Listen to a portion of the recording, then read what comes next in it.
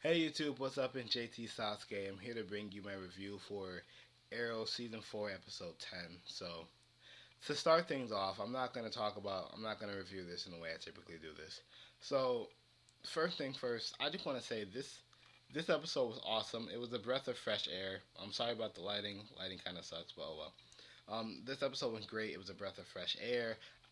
As I've been saying, I like this season so far better than the second season of The Flash. The Flash has been slow going and it's been really focused on storytelling, but there hasn't been enough action to complement the storytelling, and the storytelling's been kind of dragging on. I think the second season of The Flash is going to be kind of lackluster in comparison to the first. However, I believe this season is going to be a lot better than last season of Arrow, and it's already starting off to be even more climactic than the last season of Arrow. So Felicity's not dead. I thought she was. I thought that was her in the grave. At the end of the episode, we see Oliver going back to the limo with Felicity sitting there. Felicity was basically holding back tears and saying that you know what you have to do. You have to kill the son of a bitch. And Oliver was like, yeah. So obviously Damien Dark killed somebody close to them. I have no idea who it is anymore. It could be Captain Lance. It could be Laurel. It could be Thea. I'm thinking it's probably either Felicity's mom or Thea. It's one of those two. Maybe. Could also be Captain Lance or Laurel, maybe Diggle, somebody. But well, those are the two people that I'm thinking of. But I have no idea who it could be. This entire episode was basically Oliver on a vendetta trip. He even got Anarchy involved, and used him to try and find Dark. What I like about Anarchy in this episode is the fact that he was kind of trying to unsettle Thea. Thea realized that him and herself and Anarchy are kind of alike in that they have this bloodthirst that can't really be controlled. Although she thinks she can control it, she kind of realizes that she can't control it as well as she thought she could. And eventually she realizes that she actually can control it a little bit.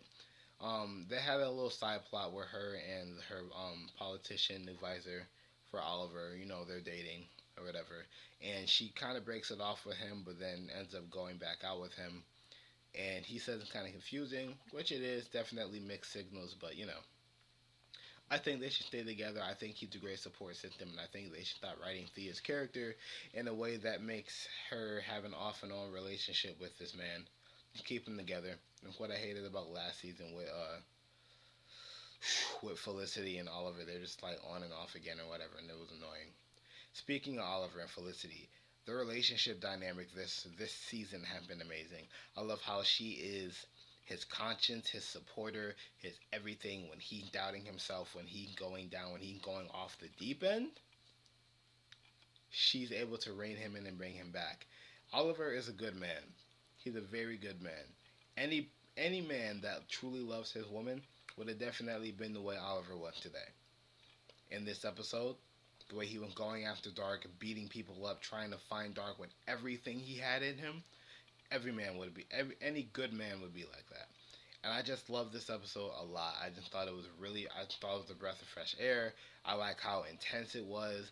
And I love the fact that when we finally get to see Oliver and Damien Dark go at it, I actually like the fact that in the hand-to-hand combat situation this time, Oliver had the advantage.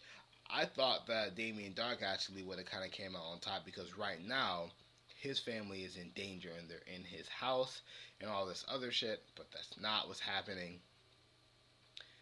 Yeah, but that's not what happened. That's not what's happening right now. Freaking Oliver just brought it to him. Damien Dark got some good hits in, but Oliver brought it to him. He brought him down and made Damien Dark resort to using magic.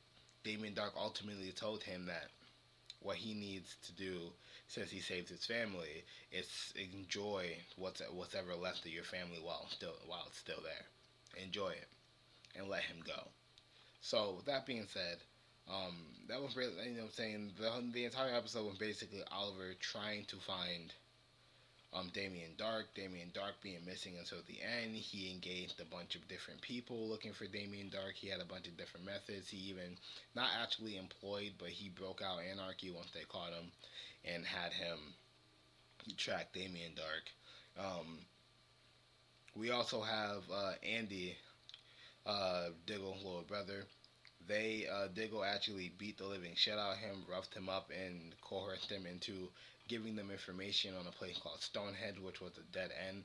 They ended up cross-referencing the name with the location, and you know, they were able to find him that way because he put a tracker on the dude and said that we're just gonna track him, but the dude took the tracker off. Anarchy did, but it was a great and that's about it.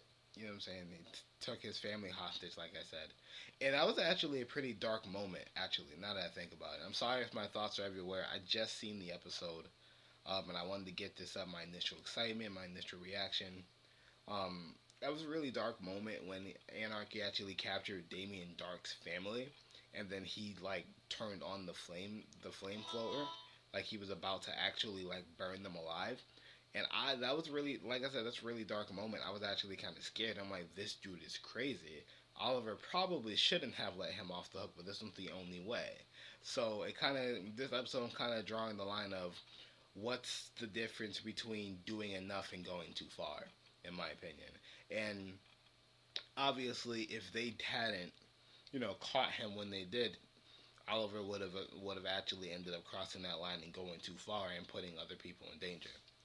But with that being said, like I said, it was a great episode. Comment down below. Let me know what you guys thought. This is freaking awesome. I can't wait to see what happens next week. I want to know who's in that grave. So let me know who you guys think is in the grave. And I'll see you guys next time. Peace.